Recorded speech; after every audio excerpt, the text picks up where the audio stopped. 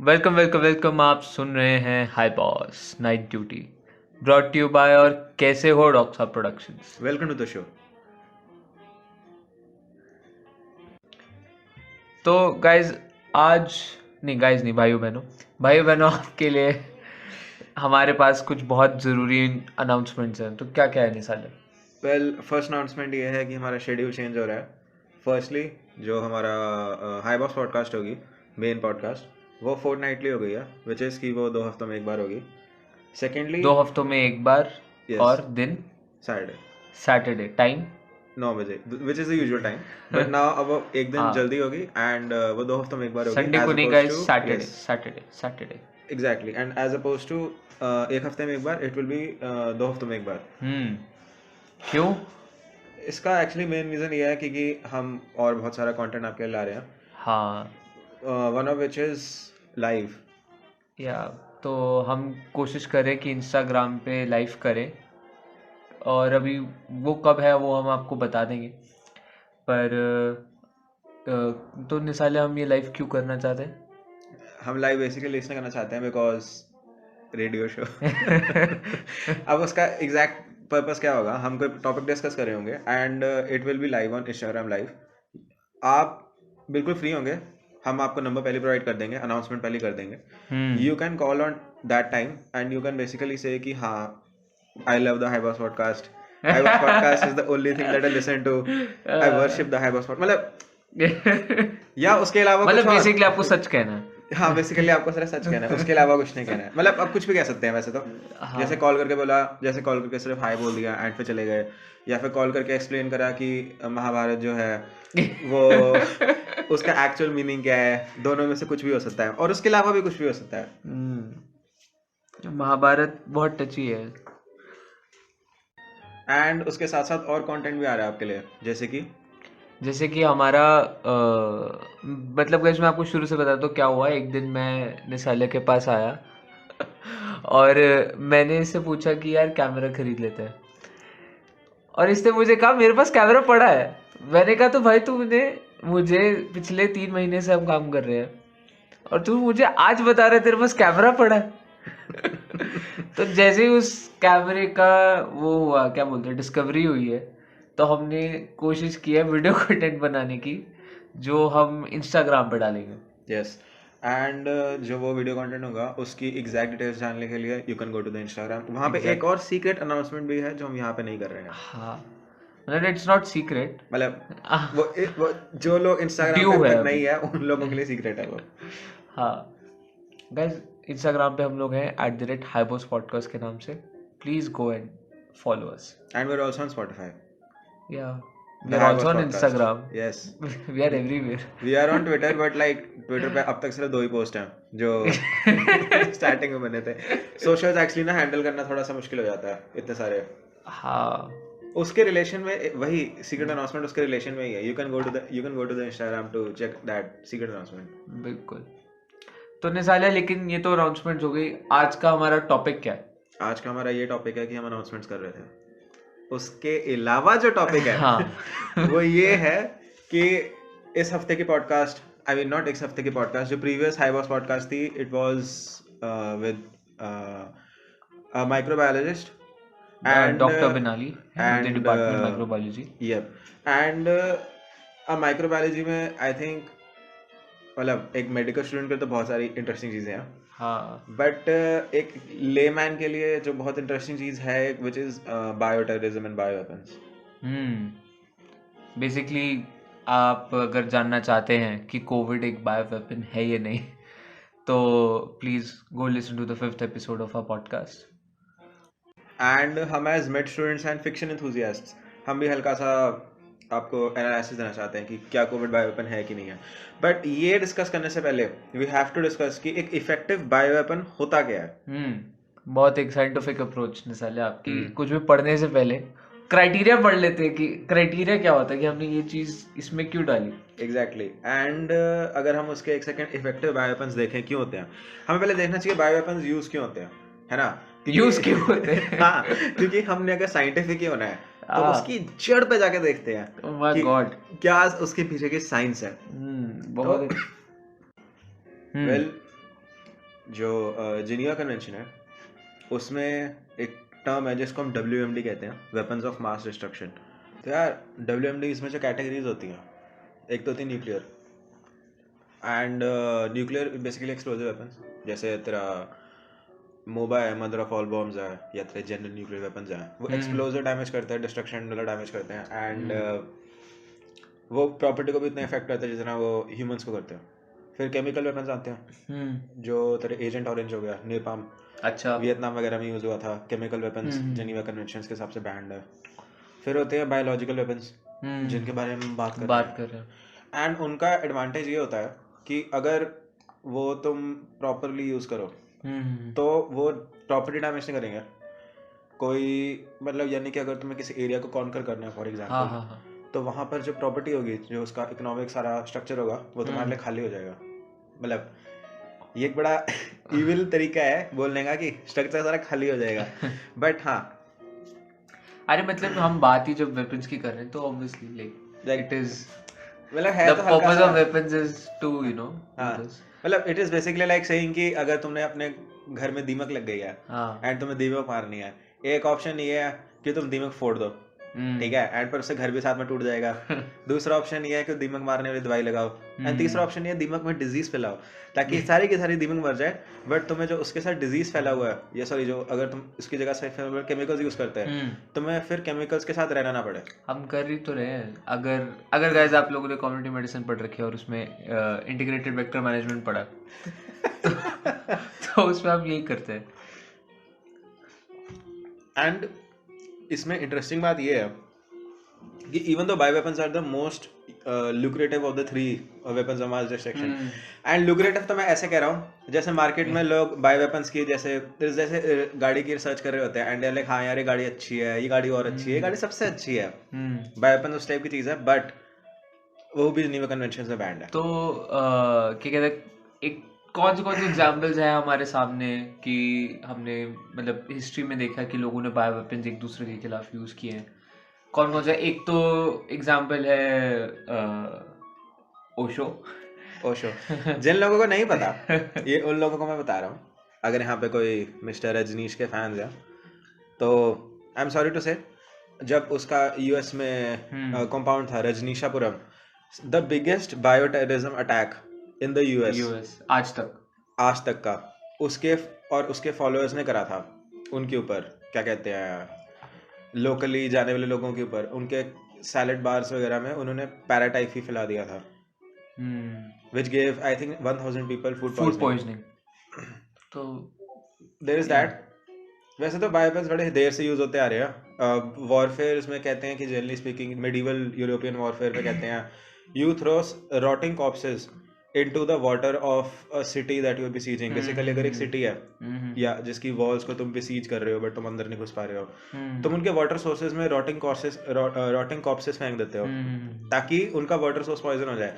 That is also bio warfare. और एक ये भी मैसेज चला जाए कि हमने तुम्हारे लोगों को ऐसे मार काट के दिया। हाँ, एंड फिर उनका वाटर सोर्स पॉइजन हो जाएगा and they will be forced to open their gates. Generally speaking जो बैटल सीरीज होती है, दे आर नॉट कि हाँ लोग वॉल स्केल कर रहे हैं, लोग वहां पे लैडर्स लगा रहे हैं, वो बस उसके बाहर वेट करते हैं, खाना खत्म होने की वेट करते हैं जब तक, एंड खाना खत्म होने की वेट करते हैं तब तक वो सरेंडर नहीं कर देते basically. I mean history lessons. अरे एक और इंटरेस्टिंग मतलब हिस्ट्री में चला गया मैं, बट एक और इंटरेस्टिंग चीज है कि जो हम कहते हैं कि रोमन एम्पायर खत्म हुआ, तो उसमें हम पढ़ते हैं कि क्योंकि उन्होंने जो पाइप्स वगैरह बनाई थी उसमें लेड की बनी थी वो पाइप, हाँ, तो वो लेड पॉइजनिंग से लोग मरने लगे। Actually this is not exactly accurate, हाँ। लेड पॉइजनिंग से रोमन एम्पायर को कुछ नहीं हुआ। एक्चुअली क्या हुआ कि जो रोमन एम्परर्स थे, वो जो मेकअप वगैरह यूज करते थे उसमें लेड होता था। अच्छा। एंड फिर अगर तुम जनरली रोमन हिस्ट्री पढ़ोगे तो फिर जो एम्परर्स है वो धीरे धीरे बहुत ज़्यादा इंसेन होते जाते हैं। अपना कैलिगुला हो गया, नीरो हो गया, इतने इंसेन एम्परर्स इसलिए थे बिकॉज वो लेड वो यूज़ करते थे, जिस कारण उनका ब्रेन वो होना शुरू हो गया, ब्रेक डाउन होना शुरू हो गया, and they went mad. I mean chemical warfare से बायो वॉरफेयर पे वापस आते हैं। अगर कुछ लोगों को पता होगा, यूनिट 731 एक यूनिट था जो जापानीज टेक्स्ट बुक्स में नहीं है। इसलिए नहीं है बिकॉज जापान ने अराउंड उतने वॉर क्राइम्स कमिट करे वर्ल्ड वॉर 2 में जितने अराउंड उसने करे हैं जर्मनी ने। Unit 731 was one of the many units जिन्होंने बहुत सारे चाइनीज सिटीजन्स के ऊपर बहुत सारे सिक एक्सपेरिमेंट्स करे, जैसे कि detaching their limbs and sewing them on the opposite sides of the body, and cutting out one organs to see कौन सा organ निकालते हो तो कितनी जल्दी डेथ होती है, एंड मतलब बहुत सारे और like hundreds and thousands of people के ऊपर। उसमें से एक और उन्होंने इंटरेस्टिंग चीज करी, मतलब इंटरेस्टिंग एक क्लिनिकल साइड से इंटरेस्टिंग, नॉट एक मॉरल साइड से इंटरेस्टिंग। बहुत बुरी चीज की है, बहुत बुरी चीज करी, बट उन्होंने क्या करा कि उन्होंने डिफरेंट चाइनीज विलेजेस के ऊपर उन्होंने डिफरेंट बैक्टीरिया यूज करे एंड वायरसेस यूज करे चेक करने के लिए कि कौन सा सबसे इफेक्टिव बायो वॉरफेयर के लिए है, and they concluded. And by the way the high boss podcast does not endorse कि तुम जो हम इंफॉर्मेशन तुम्हें दे रहे हैं तुम उसको कहीं और यूज करो, do not do that, and हमारी रिस्पॉन्सिबिलिटी नहीं है, this is just for educational purposes. They also concluded कि जो पैराटाइफी है it is a very effective bio weapon. तो क्वेश्चन ये उठता है कि एक इफेक्टिव बायो वेपन या एक इफेक्टिव बायो वेपन में जो हम एजेंट है वो क्यों इफेक्टिव है? इफेक्टिव वो इसलिए क्योंकि आई गेस लो ट्रांसमिसिबिलिटी होनी चाहिए उसमें, and this might be surprising to some people. वो डेंजरस होना चाहिए, पहले तो लीथल तो होना ही चाहिए, ये तो एक ऑब्वियस क्वालिटी है, पर दूसरी जो चीज है कि उसकी जो ट्रांसमिसिबिलिटी है वो लो होनी चाहिए, ऐसा ना हो कि आपने बनाया और आप ही को हो जाए। एग्जैक्टली ये लोगों के लिए बहुत इंटरेस्टिंग होगा क्योंकि लोग दे जनरली थिंक कि यार हाई ट्रांसमिसिबिलिटी होगी तो ज्यादा डेंजरस होगा।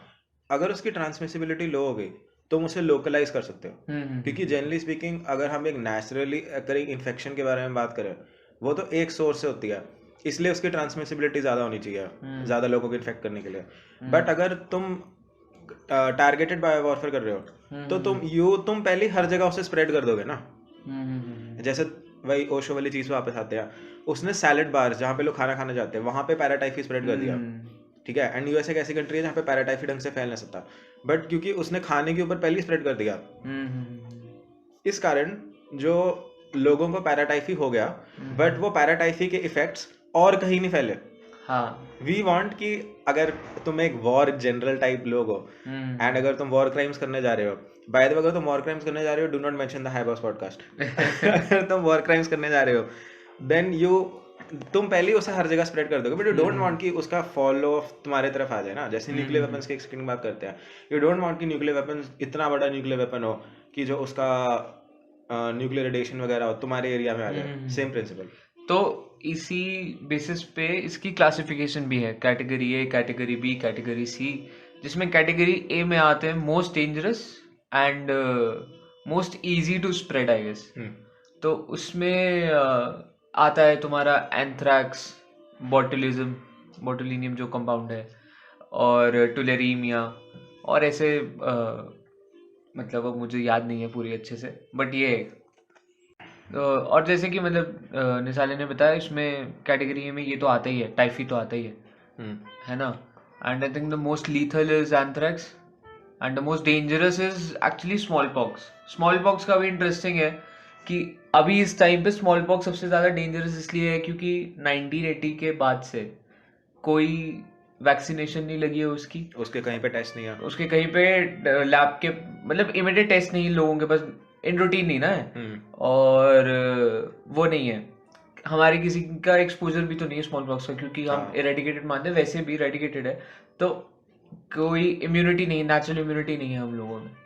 एंड ऑन दैट नोट एक बहुत इंटरेस्टिंग चीज़ ये है कि आई थिंक वर्ल्ड में सिर्फ 3 या 4 लैब्स हैं जहाँ पे हाँ स्मॉल पॉक्स के एक्चुअल में वो हैं सैंपल्स हैं हाँ and they are under very high security. हाँ. एंड ऑन दैट नोट अगर जैसे हम इसमें बात करते हैं कि स्मॉल पॉक्स इतना ट्रांसमिसिबल है तो इतना डेंजरस क्यों है? क्योंकि उसकी वैक्सीनेशन बनाना आसान है. एंड से फॉर एग्जांपल अगर एक कंट्री है वो दूसरी कंट्री पे स्मॉल पॉक्स के बायो वेपन्स वगैरह यूज करने वाली है, वो पहले अपने वैक्सीन तैयार रखेगी एंड उनकी कंट्री का जो फॉल ऑफ होगा उनकी कंट्री का मतलब जो इफेक्ट होगा कम होगा. बट जो दूसरी कंट्री होगी जहाँ पे वो again this is not a guide for war crimes but जो दूसरी कंट्री पर वो होगी इफेक्ट होगा स्मॉल पॉक्स का वो ज्यादा होगा. हाँ मतलब जिनको करना होगा वो पॉडकास्ट थोड़ी सुन रहे होंगे यार. ऑन द ऑफ चांस अगर तुम सुन रहे हो, legally speaking this podcast is only for educational purpose and nothing else. मतलब वो हमसे थोड़ी वॉर क्राइम की एडवाइस लेंगे ऑब्वियसली. बट अगर तुम्हें वॉर क्राइम की एडवाइस चाहिए this is a good place. तो this is another reason to like and subscribe. We tell you how to do war crimes. Shut the निसाले. लेकिन इसमें एक जो इंटरेस्टिंग और फैक्ट है एंथ्रैक्स. एंथ्रैक्स का जो एक हादसा हुआ था उसके बारे एंथ्रैक्स में की कुछ बहुत बड़ी पता है? हिस्ट्री है. जैसे यूएस में 12 सेनेटर्स को उस एंथ्रैक्स के स्पोर्स मेल करे गए थे. हैप्पीली इनफ कोई नहीं मरा उससे. एंड आई थिंक जो लोग सुन रहे हैं they were most probably thinking happily enough सारे लोग मर गए. नहीं, हम अभी भी क्या कहते हैं नॉर्मल और एथिकल साइड पर ही है. बट हैप्पीली इनफ उससे कोई नहीं मरा. But that is still not because कि एंथ्रैक्स इफेक्टिव नहीं है. हमारा प्रोडक्ट बेकार नहीं है, बस वो ढंग से यूज नहीं किया Shut up यार. बट बहुत डार्क ह्यूमर होता जा रहा है. नहीं बट ये नाइट ड्यूटी है, डार्कनेस ही हमारे आसपास. ये मॉर्निंग ड्यूटी नहीं डार्क है. ह्यूमर से lame humour. The guy has range. इतनी रेंज है उससे आगे तो है भी नहीं. बट स्टिल और मतलब बायोवेपन्स बेसिकली काफी. अब कोविड वापस आते हैं. हाँ कोविड यार. हाँ तो कोविड बायो वेपन है कि नहीं? मोस्ट प्रोबेबली नहीं है. Are you sure? क्या चाइना ने हमारे खिलाफ कोई साजिश नहीं की? आई थिंक अगर चाइना ने कोई साजिश करी होती. I don't think. वैसे पता है क्या, चाइना जिस स्पीड से हमारी टेरिटरीज को विलेज पे विलेज अपने बनाता जा रहा है बॉर्डर्स पे, आई डोंट थिंक उसको ये सब करने की जरूरत है. वो चाइना को है वो वैसे ही कर सकता है. पता है क्या है, अगर ये बायोवेपन होता पहली बात है वायरस ना होता. हाँ. क्योंकि अगर तुमने वैक्सीनेशंस पहले तैयार रखी हैं तो तुम हाईली म्यूटेटेड ऐसा वायरस ना चूज करोगे जो बहुत ज्यादा जल्दी हाँ. म्यूटेट कर सकता है. आरएनए वायरस क्यों चूज करोगे? बिल्कुल सबसे पहले अगर तुमने वायरस ही चूज करना है तुम डीएनए वायरस चूज करोगे. एक काम करते हैं, हल्का सा डिस्कस कर लेते हैं कौन सा अच्छा है. पहली बात तुम बैक्टीरिया चूज करोगे क्योंकि वो म्यूटेट नहीं होगा, ठीक है. या बैक्टीरिया चूज करोगे या प्रोटोजोन चूज करोगे क्योंकि प्रोटोजोन तो बिल्कुल भी म्यूटेट नहीं होंगे. हाँ तभी एक रीजन है कि हमने हिस्ट्री में भी देखा टाइफी से हुआ, एंथ्रेक्स से हुआ. यस. कोई वायरल अभी तक ऐसा वायरल में नहीं है. मतलब आई मीन स्मॉल पॉक्स हो सकता है बट वो यूज नहीं हुआ ना. एग्जैक्टली. हम वही तो बात कर रहे हैं कि अगर And- करना हो तो क्या कर सकता है. एंड बैक्टीरियल इसलिए क्योंकि तुम उसके लिए पहले क्योर तैयार कर सकते हो. ये नहीं होगा तुम्हारा क्योर आउटडेट हो जाएगा. ये नहीं होगा कि उसका ओमाइक्रॉन वो आ जाएगा, क्या कहते हैं वेरिएंट आ जाएगा एंड फिर तुम्हारे पास क्योर नहीं होगा एंड फिर तुम्हारी ट्री पर कवर हो जाएगी. बट बात ये है कि जो पहली बात तो बैक्टीरिया होना चाहिए. Covid is not a bacteria. अगर वायरस हो भी तो वो डीएनए वायरस होगा, आरएनए वायरस नहीं होगा. क्योंकि आरएनए वायरस और भी ज्यादा म्यूटेटेड होते हैं. एंड पहला तो चीज यही है. सेकेंड चीज उसकी लिथैलिटी बहुत कम है. अगर तुम्हें एक ऐसा वायरस बनाना है जिसकी जो बायोवेपन की तरह यूज हो सकता है, अगर बनाना है, क्यों बना रहे हो यार, ना बनाओ. अगर तुम्हें बनाना है तो you will basically choose as a virus जिसकी लिथैलिटी पहले ज्यादा है. जैसे इबोला वायरस है. Why would you choose like SARS? हाँ. सार्स तो 2001 में उसका पेंडेमिक हुआ था. बट सार्स एक ऐसा वायरस नहीं है जिसको तुम यूज करोगे लाइक बायोवेपन्स बनाने के लिए. और मतलब सार्स का जब आउटब्रेक हुआ था, ये एक इंटरेस्टिंग फैक्ट है कि इंडिया में नहीं हुआ था इतना. इंडिया में तो आई थिंक स्टार्टिंग में प्रिकॉशंस अच्छे थे, अब थोड़े से कम अच्छे हो गए. तो मतलब कहाँ इशारा है आपका? बायोवेपन की तरफ तो नहीं है. एक और चीज भी है कि इसकी ट्रांसमिसिबिलिटी इतनी ज्यादा है. चाइना में इतनी डेथ्स हुई है इसकी क्योंकि चाइना में सार्स इतनी ज्यादा फैला है. एंड अगर वो अच्छा बायोवेपन है तो वो चाइना में क्यों फैलेगा, है ना. सही बात है। तो ये एक और रीजन बनता है कि कोविड बायो वेपन नहीं है। यस, एंड ये चाइना की कोई साजिश नहीं थी, हाँ ये लिटरली सिर्फ एक हादसा है, this is just accident, this is not a like a bio weapon. But नहीं, हम चाइना को यहाँ पे डिफेंड नहीं कर रहे, बट एक हमारा जो एक साइंटिफिक माइंड है, जो हम एक अप्रोच लगाते हैं साइंटिफिक, उस हिसाब से हमें नहीं लगता कि कोविड एक बायो वेपन हो सकता है। बट आई मीन बट बाकी जैसे हमारे 5th एपिसोड में हमने बात की थी कि इसके ऊपर कोई रिसर्चेस वगैरह है नहीं, मतलब this is all a conspiracy and all, and हम लोग भी एक तरीके से वही कर रहे हैं, अरे हम अपने लॉजिक के हिसाब से उसे समझाने की कोशिश कर रहे हैं। बट इसमें ऑब्वियसली कोई रिसर्च, इसमें रिसर्च एक रिसर्च है इसमें। यूनिट 731 ने रिसर्च करके कंक्लूड करा था कि जो पैराटाइफी है वो मोस्ट इफेक्टिव बायो वेपन है, एंड हाँ मतलब वो वो तो बहुत सकता ज्यादा मैं कोविड की बात कर रहा हूँ ना यार।